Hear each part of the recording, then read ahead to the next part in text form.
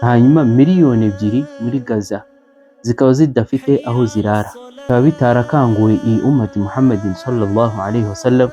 Njyewe ndinde wo kubabwira icyo gukora, ndinde wo kugira icyo navuga amagambo yanjye akagira icyo yabahinduraho.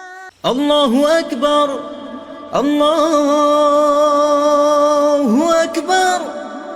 Assalamu alaikum wa rahmatullahi wa barakatuh. Nizere ko mumeze neza.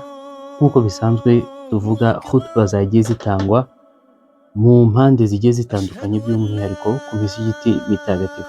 No munsi rero tukaba tutari buvuge khutba zagiye zitangwa, ahubwo tukaba turi buvuge muri uyu mwaka khutba yabaye ntoya kurusha izindi muri uyu mwaka wa 2024.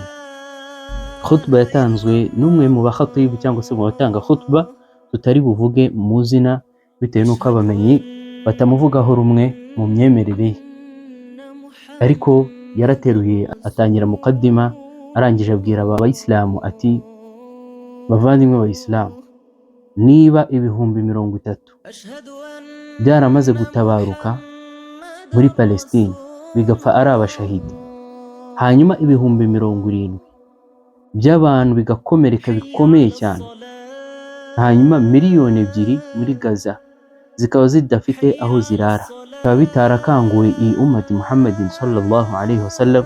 Njyewe ndinde wo kubabwira icyo gukora, ndinde wo kugira icyo navuga amagambo yanjye akagira icyo yabahinduraho. Ahita abwira Bilali cyangwa se muadhin aqimis salah, bahita basari, khutba itirangira. Wassalamu alaikum.